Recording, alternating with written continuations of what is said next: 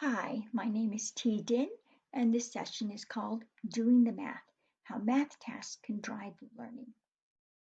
I'm a TK to 5 Mathtosa. Here is my email. It's ndin@powausd.com if you have any questions. Here are 2 Twitter accounts where you can reach me, at DinClass and at PUSDMath, and you will see the link to these resources that I'm sharing with you today is the bit.ly/PUSD math tasks, and it is case sensitive, so capital P, capital U, capital S, capital D, capital M, PUSD math tasks.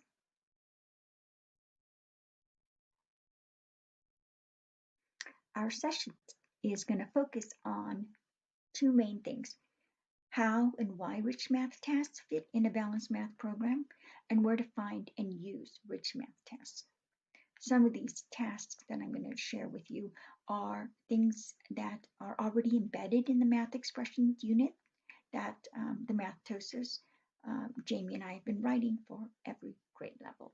So they should look familiar to you.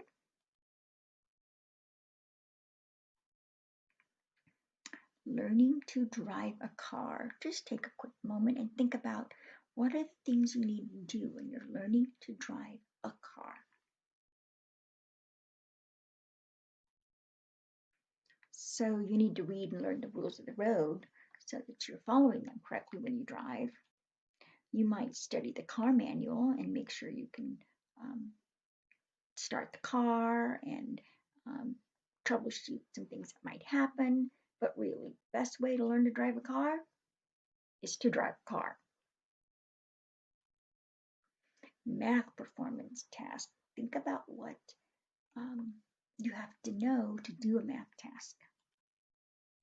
Well, you do need to know math procedures, how to multiply, add, or divide, and use your math facts. You need to know math concepts, the idea of things being equal,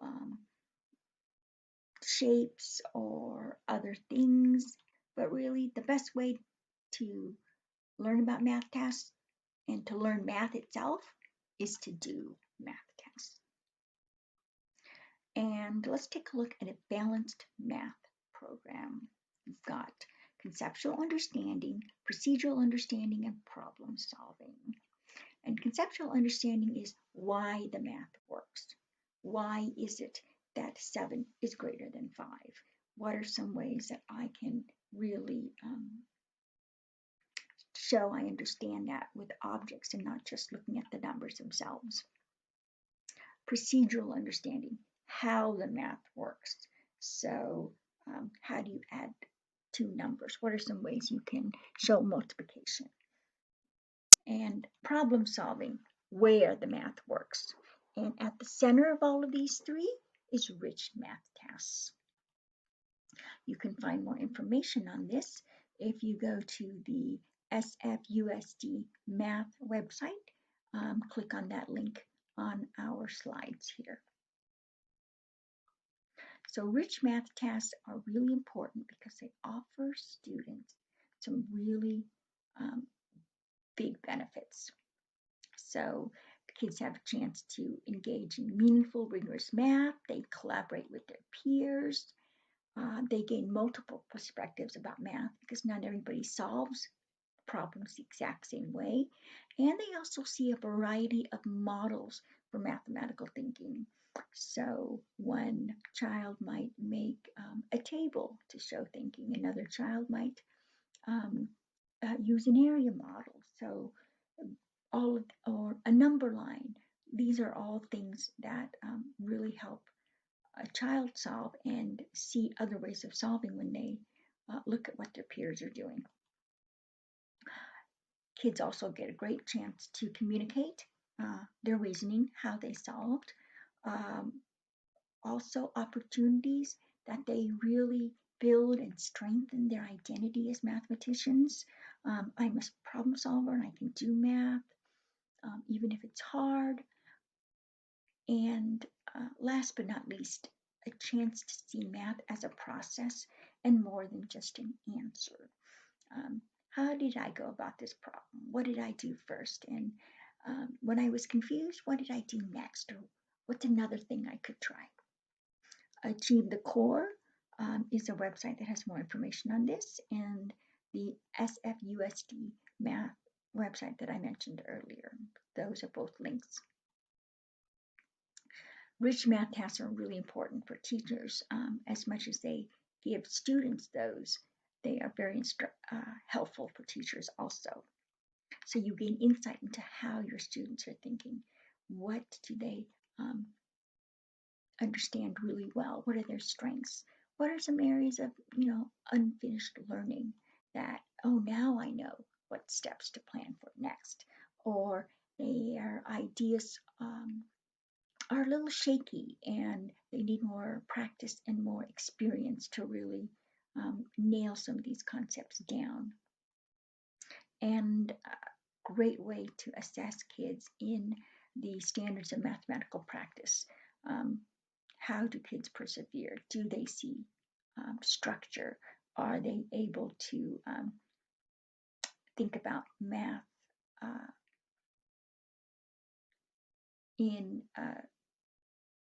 to model mathematical thinking?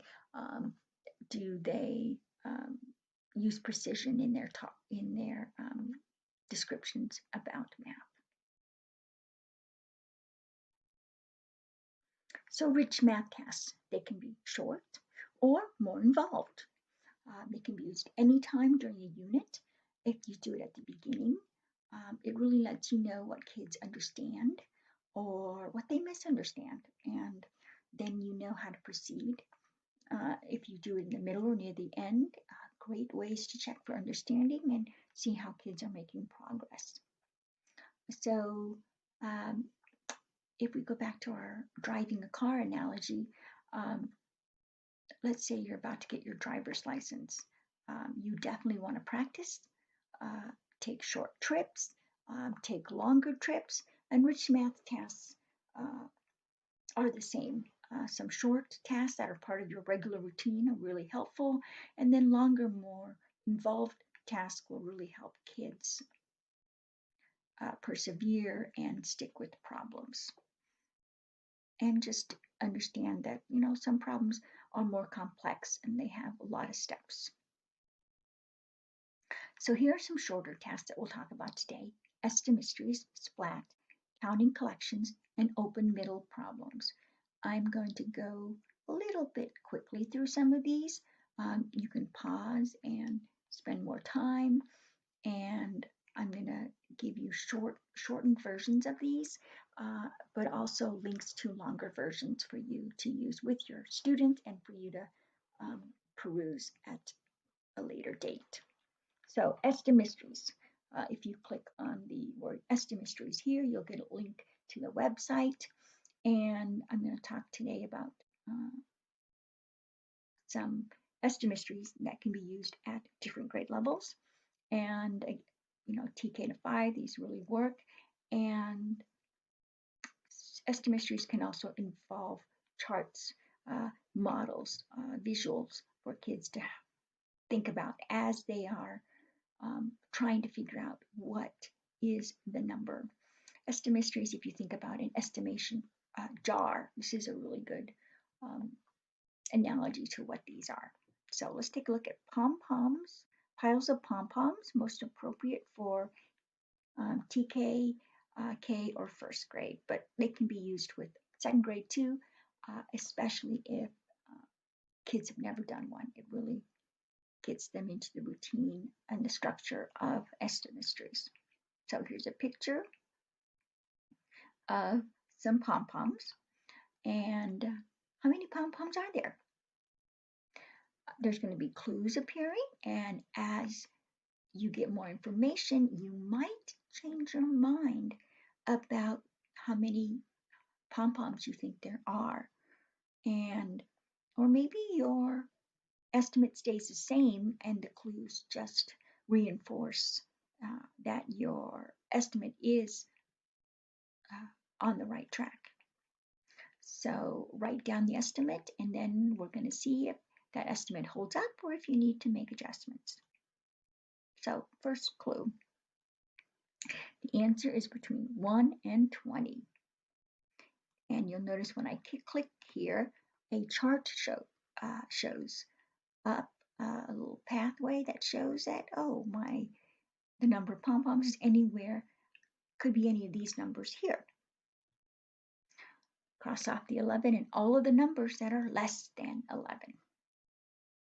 Now you'll notice that some of the numbers have disappeared, and that is to show you that the guesses, some estimates that you might have made don't make sense anymore.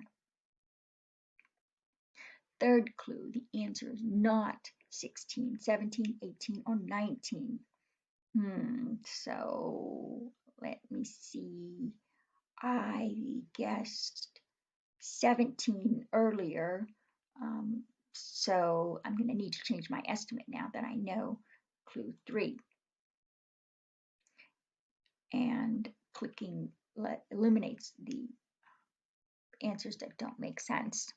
So I'm going to estimate 13 now, because I think that might be 13. It just looks like it might be. 20 seems a little bit too much.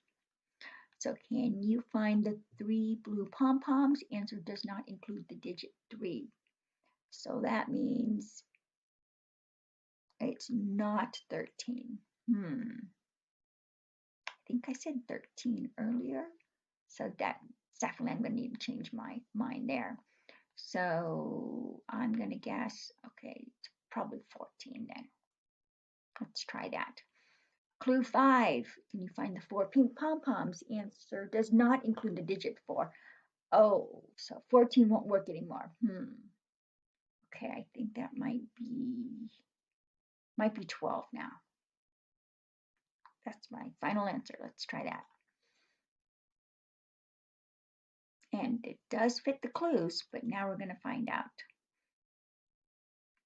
So I'm going to reveal the answer. It's 15 pom-poms. So I was close. And that's okay if I didn't get it right.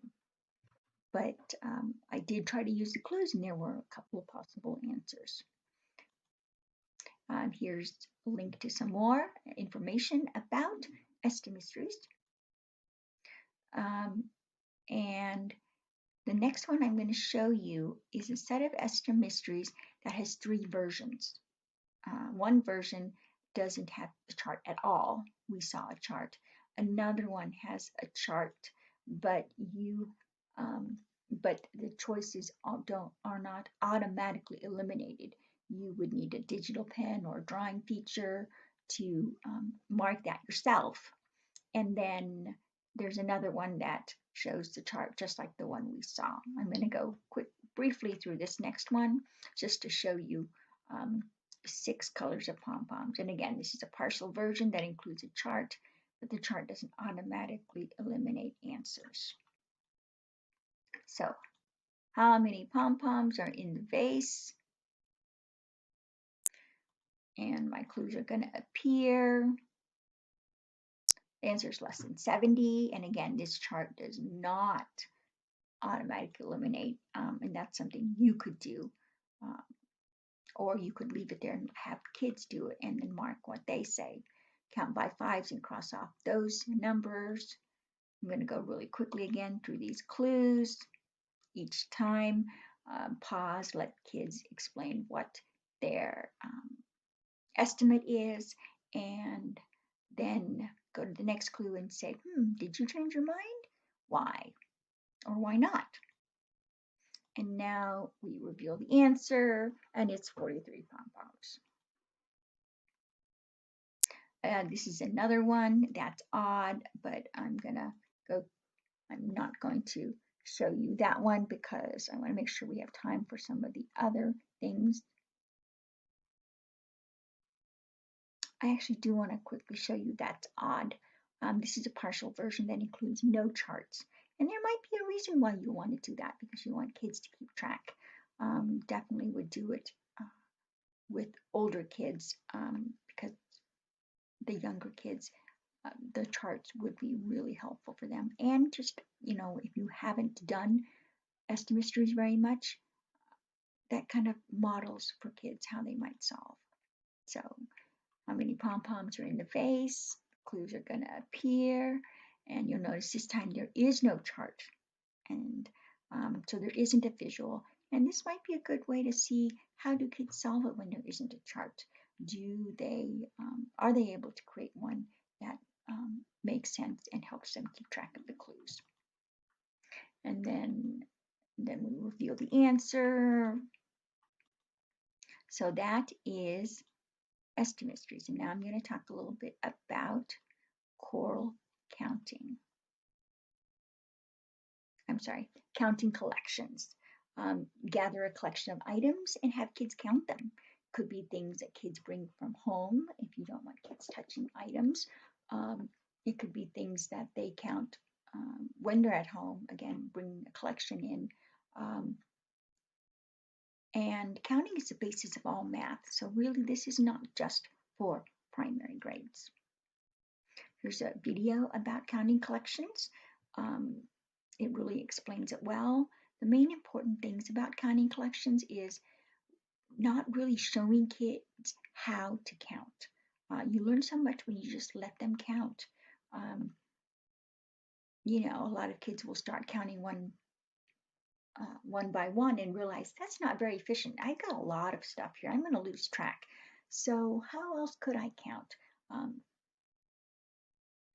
Do I want to count by 5? Do I want to count by 10s? Do I want to have little containers where I can put things in and keep track of things easily? These are all things you want kids to discover on their own, because it will reveal so much more about their thinking if we don't give them these ideas from the beginning. These are some resources for counting collections for younger grades. You'll see that this is a video that kids can watch. There are 2 recording sheets here, one that has kids estimate before they count and one that does not have it. Most important thing about counting collections, count the items one way and then count them a different way. A lot of times kids will do that and they will get 2 different answers and it won't bother them. And so that's just where they are in their counting. And other times they'll see, wait a minute, something went wrong, and they'll count again, making sure that they reconcile their counts. You'll see in this first picture, somebody was counting by 2 groups of 10 and then had some left over. This looks like maybe the child is putting in groups of 5. These macaroni look like they might have been in groups of 10. Counting collections for older grades. There's a short article for teachers to read. The recording sheet for older grades is a little bit different. It's more involved. And also, they can also use multiplication and show it. The picture here shows that kids are counting and they're using multiplication and addition for their equal groups. And even there's a recording sheet for counting collections in fractions. This picture has someone counting baby bottles and they used fractions to count. Splat is one other short routine that you could use. It really helps kids see the relationship between addition and subtraction. For older grades, they can also start to see multiplicative relationships and then develop and strengthen their fraction sense. So I'm going to really briefly go through a splat just to give you an idea of what it looks like. If you click on these, you'll get the full version of the splat. Splat is sometimes a PowerPoint, and so when you convert them to Google Slides, the older versions of Splat, they don't work exactly the same. So these have been modified to work specifically in Google Slides. So there, how many blue shapes do you see? There are 5 of them. Oh, Splat, there's some hiding underneath. And how many shapes are under the splat and how do you know? So kids might subtract and do 5, take away the 2 they see and know that there's 3 underneath, or they might count up. I see 2 and I know I count 3, 4, 5, 3 more to get to 5, so the answer is 5. That's another way you could know. And we're going to look under the splat to see how many shapes there are, and we were right, there are 3 shapes under the splat. So that's the first splat is always a demonstration to go through those steps. And the next, and what can we learn from this picture before we go on to the next one? Now there are 7 here in splat. Now how many are hiding and how could we figure it out? Great time to pause and have kids talk to each other about how they know how many are under the splat. And then revealing, yes, there are 4 underneath there, because if I know 3, I know 3 and 4 are partners of 7. You'll notice in this one, this splat, I specifically edited it to make it just be 7 for our youngest kid, because it really will help them see that I don't have to keep thinking about the 7. I don't have to keep counting these all the time, but I can definitely use what I know about partners of 7 to figure this out. So I'm going to go through this really quickly again, because I want to show you a multiplication splat. These are multiple splats. Each splat of the same color must have the same number underneath it. So here are 14 shapes and splat. There's 2 splats. So now I have to figure out how many are under each splat. Since the splats are the same color, there's an equal number underneath each one. So there's 14 and I see 2, 4, 6, 8. That means there's 6 under the splat, but since they're in 2 groups, I can't have 6 in one group and 6 in another group. I have to have 3 in each group. Let's see if I'm correct. How else could I know? And this is a great time again. Have kids pause, talk to each other, and then reveal how many splats are, how many shapes are underneath the splat. And then we see that yes, there are 3 shapes under the splat, because 2 groups of 3 is 6, and we saw 8, so we knew there had to be 6 under there and in 2 groups. So here's another one really briefly. 19. This time there are 3 splats. So how many are in each? When you know there's 19, you see 4 splats. So that means there are 15 underneath the splats, but since there's 3 groups of them, it's got to be 5 in each and not just 15 in each. And then there I can check I'm correct. Fraction splat is a really good one for your 4th and 5th grade. And let's take a look at that. So what number does this represent? This is a good place to really pause here and have kids look at that and see, well, I see 3 holes, but actually there's 4 holes, because there's, I see 4 1/4, and that means I've got 4 fourths, which is another hole. So actually there are, 4 total, because there's 3 holes and then 4 1/4. And now splat. How many are underneath the splat? On these, again, generally their splats are mental math, so there isn't anything for kids to write down. It's really about using using their conceptual understanding and really thinking things out to see that, well, I know I have 2 1/4. So if I get 3 more quarters, that makes 3. And then I need another hole to make 4, so I can count up. So I think there's 2 3/4 underneath that splat. And I could also check by doing 4, take away 2 1/4, and let's see how many underneath the splat. There you go. There's my 2. 1 whole, and I'm sorry, not 2. I think I said 1 3/4, and that's what's underneath there. Another splat, 5, because I've got 4 wholes and then 3/3, and now my splat is covering up them. How many are underneath that? With fractions, I would definitely go slower because looking at fraction number sense is a little more difficult than whole numbers. And then have kids talk about it, reveal it. So now let's talk about open middle.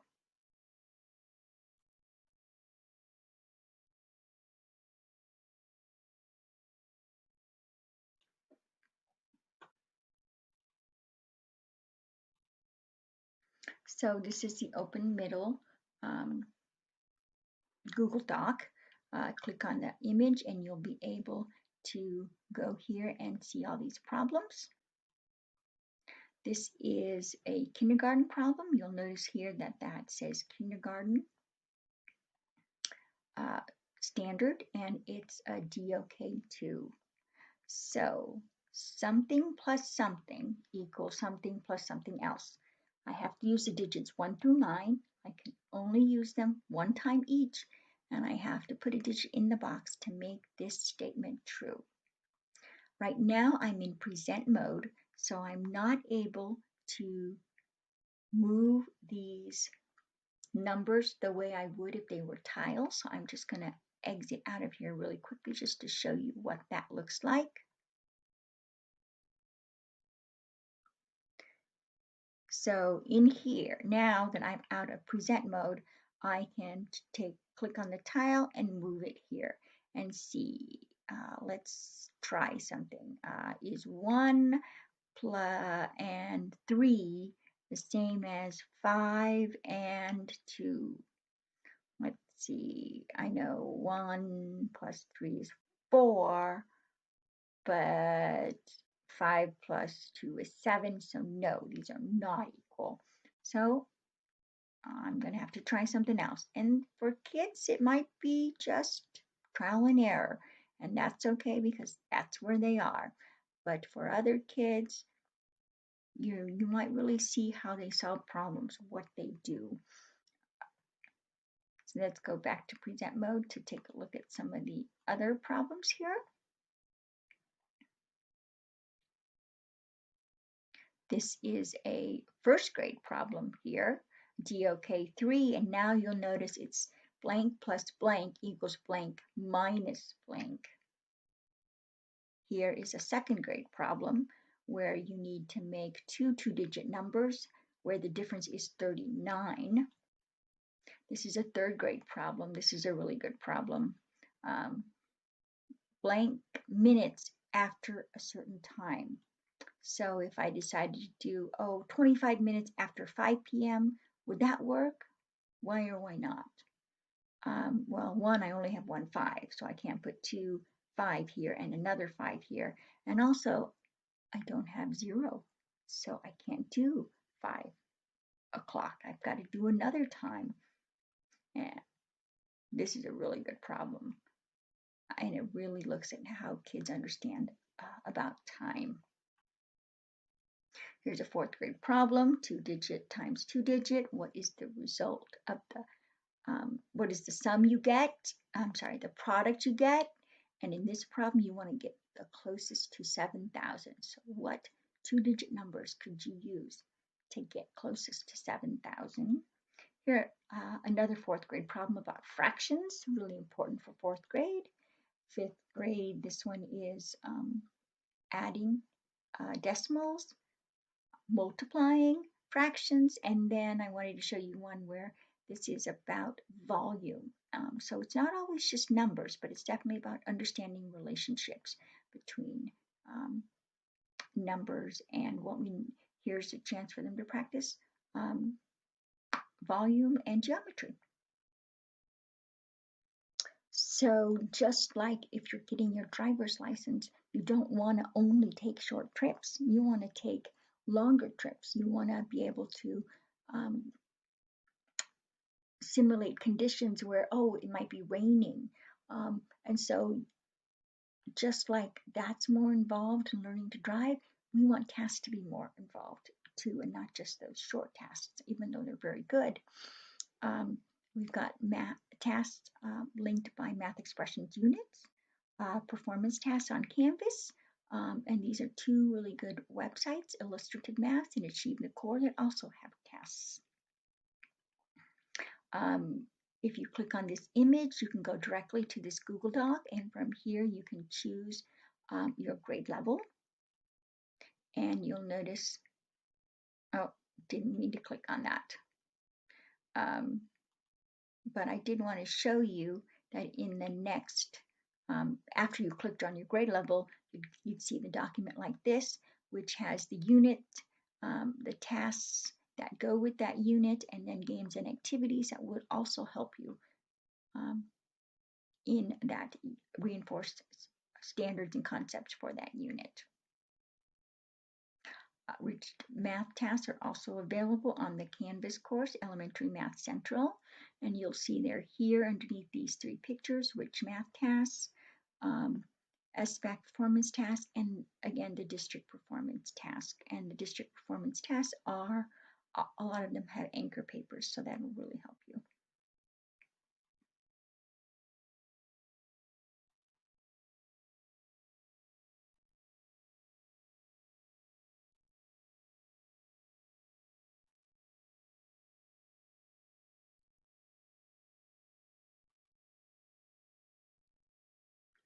This is the Illustrative Mathematics site. And if you click on the grade level, you'll be able to explore standards and take a look at tasks that specifically go with the standards you're looking for. A lot of these tasks will look familiar because we've included them in the math expressions units. Didn't mean to go to that one, but you can go further and dive deeper into that if you like. Finally, as a wrap-up, you're learning to drive a car and you want to get your driver's license. So you got yourself familiar with the car, you know how it works, you practice driving short distances and longer distances, you use more complex conditions like going during rush hour, so you could really practice that. And now you passed the driving test and you earned your license. You did all those little steps so that you could be ready for the big performance task, which was the driving test itself. In the same way, we want our kids to be able to do the math performance tasks, and we teach them the math concepts, we teach them procedures, but we also have them practice with short tasks that are part of our routine, and then more involved rich math tasks that go deeper into problem solving and let them apply everything that they've learned. And now they've earned a license to math, and they see themselves as math thinkers and math doers. That concludes our session. Please don't hesitate to contact me if you have any questions. Again, my email, ndin@powerusd.com. You can also follow me on Twitter at DinClass or at PUSDMath. I've really enjoyed this session, and I hope you have too. Please contact me if you have any questions. I am happy to help in any way that I can. Thank you very much.